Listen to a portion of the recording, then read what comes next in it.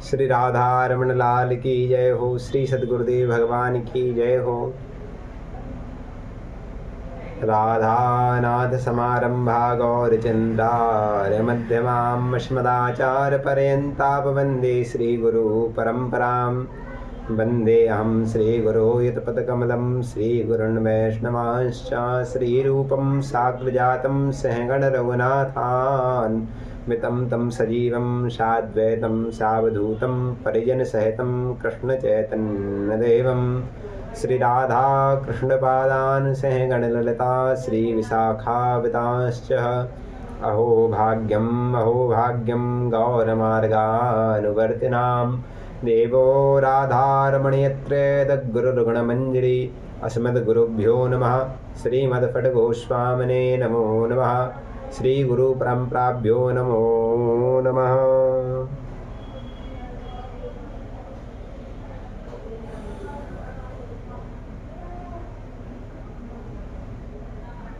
जय श्री राम।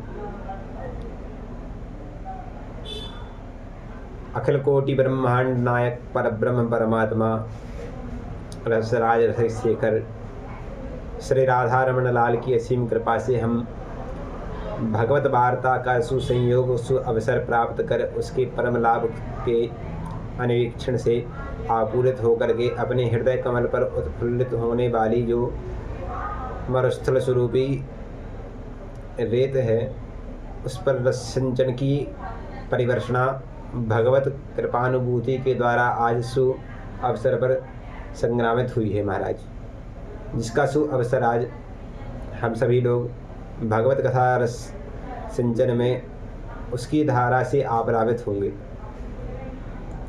तो देखिए, भगवान श्री सद्गुरुदेव भगवान के चरणों में प्रीतिपूर्वक अपना प्रणाम करते हुए अपनी वाणी के लिए समलंकृत करने के लिए पराशरपति देवी का मैं आवाहन करता हूँ।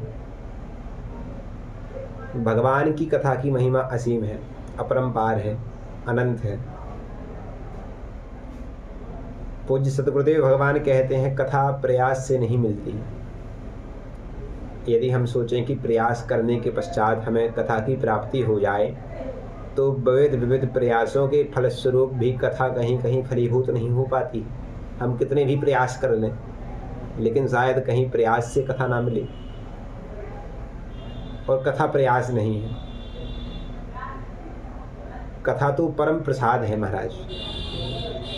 जब भगवत कृपा की परम अभिलक्षणा अभिव्यक्ति का परम धमाकृत स्वरूप जब हमारे ऊपर परिवर्षित होता है, हमारे हृदय में जब लोल मात्र मूल्य केवलम अत्यंत उत्कंठा से हृदय आतुर हो करके जब किशोरी के दर्शन करता है तो दर्शन का प्रसाद कथा है। श्री राधिका जी के दर्शन का प्रसाद कथा है। जब अत्यंत उत्कंठा से जीवी असाधक भगवत मार्गानुपथ पर पथक बन करके उसका मार्गी बन जाता है, तब कथा की परम धारा उसे सिंचित करती है महाराज। तो ऐसी कथा की दिव्य अनुभूति है, कथा की ऐसी महिमा है। कल हम एक श्लोक याद कर रहे थे, उसी पर संवाद हो। जाड्याम धियो हरति सिंचति वाची सत्यम मानोन्नति दीक्षते पापम पाकरोति चित्तम प्रसादयति दिक्षु तनोतु कीर्तया सत्संगति किं न करोति कथा पुंसाम। पूज्य आचार्य चरण श्री भरथरी जी अपने नीति शतक में श्लोक क्रमांक 33 में कहते हैं क्या? जाड्याम धियो हरति। सत्संगति की महिमा का प्रकाशन इस श्लोक में कहा है।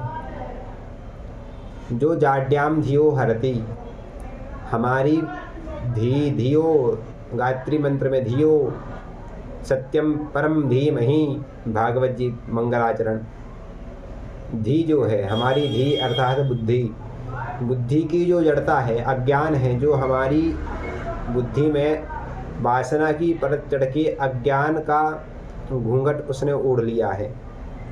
उस घूंघट को ऊपर करने के लिए जाड्याम धियो हरति सत्संगति, सत्संगति हमारी बुद्धि के अज्ञान को, वासना की परत को हरता है। ऐसी महापुरुष की संगति है जो हमारे अज्ञान को हरता है। अज्ञान क्यों है? क्योंकि जो हम सच मान रहे हैं। अज्ञान का एक अर्थ बहुत अच्छा अर्थ है। महाराज श्री ने गोपी गीत की कथा में कहा था कि अनजान होना अलग बात है और अज्ञान होना अलग बात है। कैसे? अज्ञानी तो जानना नहीं चाहता, और अनजान जो है, अनजान को पता नहीं है। और अज्ञानी वो है जो जानने के बाद भी उसे जानने का प्रयास नहीं करता। वह अपने पास जो है उसी के लिए सत्य माने हुए है। जैसे हम कहें कि यह पेन है। अब कोई व्यक्ति है, वह इसे जानता नहीं है कि यह पेन कौन सा है, यह सुप्रा का पेन है। तो अनजान व्यक्ति वो है जो इस पेन के बारे में, इस कंपनी के बारे में नहीं जानता। लेकिन अज्ञानी कौन है? अज्ञानी वह व्यक्ति है जो इस पेन की कंपनी को ही नहीं जानना चाहता। वो तो कहता है कि बस ये तो पेन है, जिस पेन की कंपनी को मैं जानता हूँ वही पेन है, और मैं इसको जानने का प्रयास करता हूँ। वह अपनी बात पर अड़ा हुआ है कि हम इसी को ही सत्य मानेंगे। तो यह अज्ञान का एक लक्षण है। अब अज्ञान की व्याख्या शास्त्रकारों ने अपने अपने ढंग से मानस पीयूष आदि ग्रंथों में भरी पड़ी है महाराज। लेकिन अज्ञान का एक सामान्य अर्थ कर दें कि जो ज्ञान नहीं है वही अज्ञान है। ज्ञान क्या है? ज्ञान की प्राप्ति महाराज सत्संग से होगी। इसलिए सत्संगति की महिमा का इस श्लोक में प्रकाशन किया है कि हम अज्ञान से ऊपर निकलें। हम केवल इस संसार को ही सत्य माने हुए हैं, यही सबसे बड़ा अज्ञान है। इसकी परिधि से ऊपर आए, तब हमारे अज्ञान की संशयों की निवृत्ति हो सकेगी। अज्ञान के द्वारा ही संदेह, मोह, भ्रम आदि होते हैं। मानस पीयूषकार कहते हैं अंजनी शरण जी महाराज। तो जाड्याम धियो हरति वाची सिंचती, वाची सत्यमानोन्नति, सिंचती करती है। सत्संगति जो है वह क्या संचित करती है महाराज? सिंचित मतलब सींचना। जैसे कोई किसान है हमारे ग्राम क्षेत्रों में, वह अपने खेतों का सिंचन करते हैं, पानी लगाते हैं।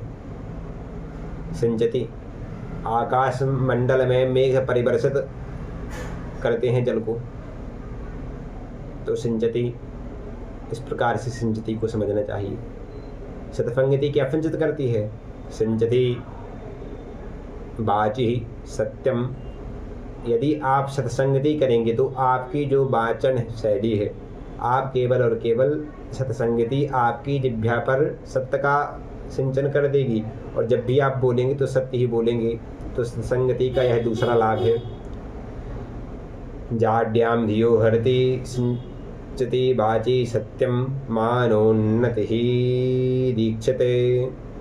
और सत्संगति मान की उन्नति करती है, अपमान नहीं करती। सबसे बड़ी बात यह है, जगत आपका अपमान करने में लगा है, और सत्संगति यदि आप करते हैं तो आपकी मान में ही उन्नति होनी है महाराज। अब चुनना आपको है कि आपको मान चाहिए या अपमान चाहिए। यदि अपमान चाहिए है तो आप संसार के प्रति जागरूक हो जाएं, संसार के प्रति आसक्त हो जाएं। क्योंकि संसार आज आपको अवश्य में भी मान प्रदान करेगा, लेकिन कल जैसे ही आपने कोई अपराध कर दिया, कोई चूक हो गई, तो अवश्य में भी वह संसार ही आपके ऊपर सबसे पहले कीचड़ उछालेगा। इसलिए संसार में केवल और केवल अपमान मिल सकता है, लेकिन भगवत कथा वार्ता में इस पथ के पथिक हो जाएंगे तो हमें अवश्य में भी सदमार्ग के पथिक जो हैं उनके लिए मानोन्नति सत्संगति सत्संगति मान की उन्नति कर देने वाली है। अवनति उन्नति, अवनति यानी होता है गिराना, और उन्नति यानी होता है उत्तरोत्तर वृद्धि होती जाना। जैसे ही उन्नति होगी, उन्नति हम अपने शरीर की तो हो ही रही है, हमारे विचारों की भी उन्नति हो रही है। अवनति कब होती है? जब हम कुसंग में पढ़ करके अपने इंद्रियों के सुख में लोलुप हो जाते हैं, तब हमारी अवनति होती है। तो सत्यम मानोन्नति दीक्षते पापम पाकरोति सतसंगति जो है वह पापों का नाश करती है। पापम पाकरोति, जो हमने पाप किए हैं दैविक भौतिक कालक्रमण में हमसे जो मन क्रम वचन से पाप हो चुके हैं, जानने के पश्चात अनजाने में अनेक पाप करता रहता है व्यक्ति। पाप के 10 लक्षण महाराज श्री ने अभी किशनगढ़ की कथा में डे 4 में कहे हैं शायद या 3 में। पाप के 10 लक्षण हैं, जैसे हिंसा, अस्तेय, चोरी करना, हिंसा करना, दूसरे के गुण को ना सहन कर पाना, प्रतिस्पर्धा अच्छी बात है लेकिन दूसरे के अंदर जो गुण है उसके लिए भी स्वीकार न करना, तीसरा पाप है चुगली करना, चौथा पाप है कठोर शब्द बोलना, पांचवा पाप है कि दूसरे के प्रति सदा ही गलत सोचना, सातवां पाप है जैसे कि झूठ बोलना, आठवां पाप है कि वेद वाक्यों का उल्लंघन करना, उनको मानना ही नहीं कि हम नास्तिक हैं, और 9वां पाप है महाराज कि ईर्षा करना, अनैतिक संबंध बनाना, यह 10वां पाप है। ऐसे पाप के 10 लक्षण बताए गए हैं। इसका प्रमाण भी शास्त्रों में मिलता है। आयुर्वेद का एक बहुत ही सुंदर ग्रंथ है जिसका नाम है अष्टांग हृदयम, सूत्र स्थान अध्याय 2 के दिनचर्या श्लोक के 21-22 में गुरु भाई जी ने दिया था प्रमाण।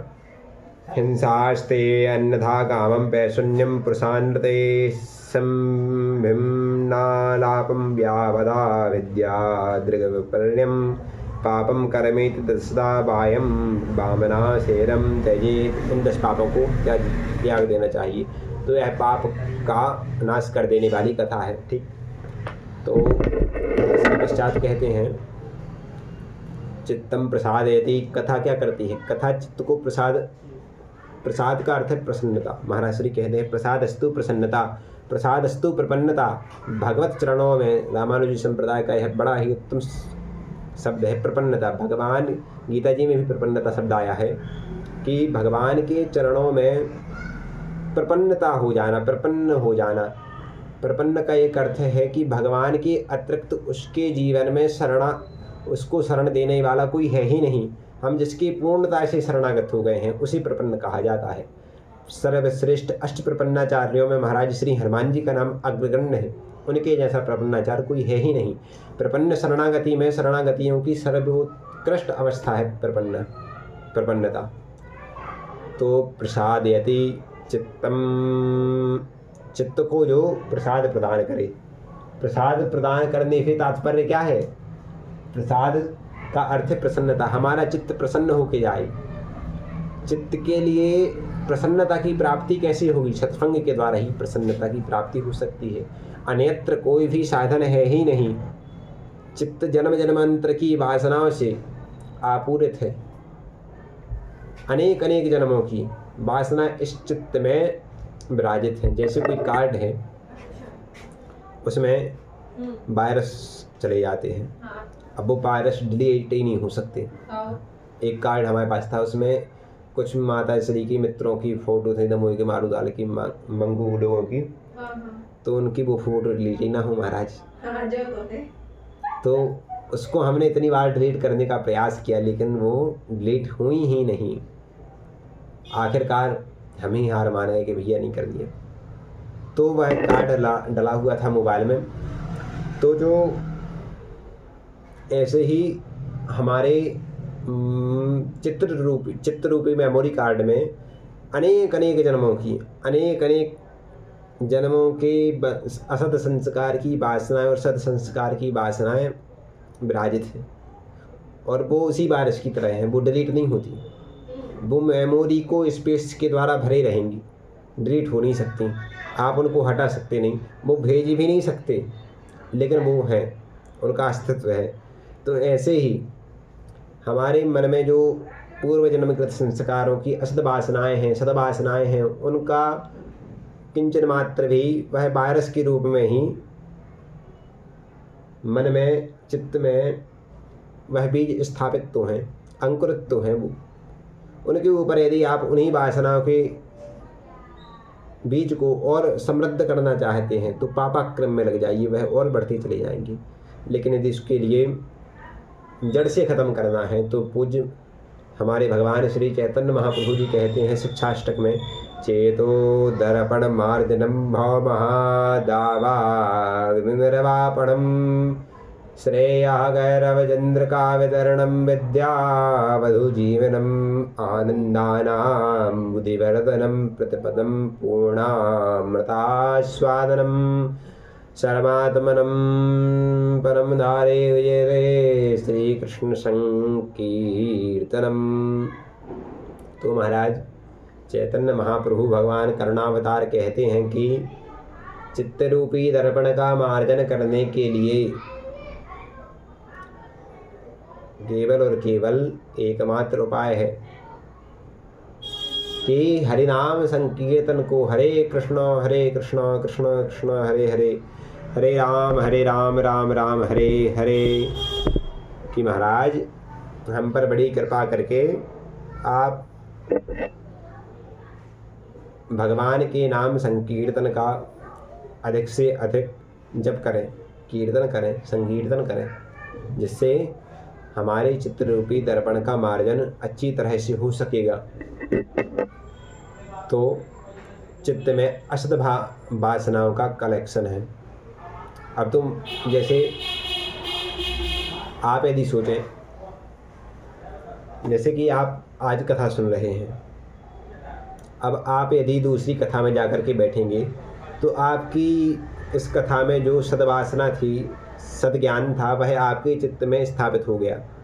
अब आप जब दूसरी कथा में जाएंगे तो आपके मन में, आपके चित्त में वही भावना प्रकट होगी कि हमने तो पूज्य महाराज श्री से यह कथा सुनी थी, उस समय सुनी थी, उनने तो चित्त के बारे में ऐसा बताया था, अच्छी अच्छी बात बताई थी। तो पुनः उसी वृत्ति का पुनर्स्मरण हो जाएगा महाराज। तो ऐसे ही जो चित्त है वह ऐसे काम करता है कि जो पूर्वकृत स्मृतियाँ हैं उनके लिए वर्तमानकृत कर्म के द्वारा संयोगित करके एक नई स्मृति का निर्माण करता है, जो चित्त का कार्य है। और चित्त के 10 लक्षण पूज्य बापू के द्वारा हमने हनुमान चालीसा जब उन्होंने सबसे शुरुआत की थी, तब चालीसा के मन बुद्धि चित्त अहंकार इनके 10 लक्षण बताए थे। वह हम आपसे निवेदन फिर कभी कर देंगे, हमने कई बार उसका व्याख्यान किया है। जैसे चित्त करारविंदेर पदारविंदम मुखारविंदे निवेशयन्तम पटस्य पुत्रे पुटस्यानम बालम मुकुंदम मनसा स्मरामि। इस श्लोक में इस जो मुकुंदाष्टक है, इसमें चित्त के लिए ये कहा है कि मनश्चेन लग्नम कृष्ण पादारविंदम तथा किम तथा किम तथा किम तथा किम। ये तो शंकराचार्य जी महाराज का श्लोक है। इसमें एक बार कहा है कि चित्त भगवत चरणों में लग जाए, कि भगवत स्मृतियों में लग जाए, ऐसा कुछ है। लेकिन आज जो कथा भी चल रही है उसमें तो बात यहाँ पर चल रही है कि चित्तम प्रसादयति फतफंगति। फतफंग जो है वह चित्त को प्रसाद देने वाला है, प्रसन्न कर देने वाला है। तो चित्त के लिए प्रसन्नता केवल और केवल भगवान की कथा से, संतों की संगति से और सज्जनों की साथ लोकाचार व्यवहार, आचार व्यवहार आदि करने से, उनके साथ गमनागमन, अवस्थान, अवलोकन, हसन दसन, विलोकन, उड्डयन, नर्तन, गायन, कीर्तन, स्मरण, अवलोकन आदि करने के पश्चात ही उनके द्वारा जो दिव्य सत्संग की अनुभूति है उसकी प्राप्ति हो सकती है, जिससे आपकी मन बुद्धि चित्त में बैठे परमात्मा को चित्त, गीता जी में भी चित्त का संकेत किया है कि चित्त में भगवान विराजते हैं। उस चित्त की प्रसन्नता का कारण केवल और केवल महाराज भगवत कथा है। तो चित्तम प्रसादयति तनोतु दीक्षु तनोतु कीर्ति। और संपूर्ण चारों दिशाओं में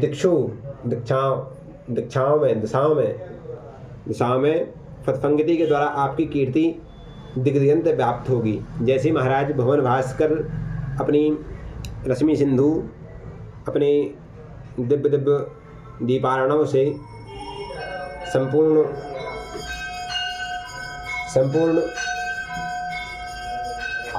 पृथ्वी के ऊपर अपनी किरणों के लिए बिछा देते हैं, प्रकाशित कर देते हैं। और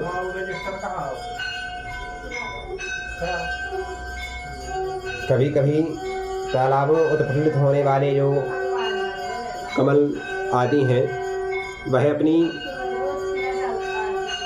कर्णिकाओं को समेटे हुए संकुचित होकर के जैसे ही भवन भास्कर की प्रथम आरुषि का स्पंदन पाते हैं तो वह उत्फुल्लित होकर के विकसित हो जाते हैं और अपने निज हृदय कर्णिका के ऊपर अविराजित उस मकरंद पीठ के ऊपर जो सुगंधित मकरंदों की गुच्छे हैं उनके लिए उत्प्लावित करके मलयाचल की पवन के द्वारा उत्सृंखलित करते हुए दिव्य दिव्य पंखुड़ियों पर आकर के विराजमान हो जाते हैं। और जब वही सौरभ्य युक्त पवन मलयाचल की दिव्य कंदराओं से प्रवासित करती हुई, घूमती हुई, लटकती हुई, ऊपर चढ़ती हुई आकर के उस कमल का संस्पर्श करती है तो संपूर्ण वातावरण में उसकी मकरंदों के लिए फैला देती है, उसकी सौरभ्यता को व्याप्त कर देती है।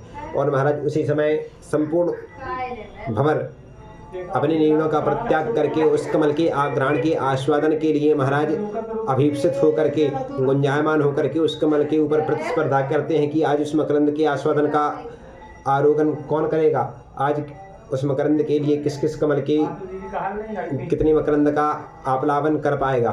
तो इस प्रकार से जैसे ही दिग्दयंत सूर्य के प्रकाश के द्वारा ही महाराज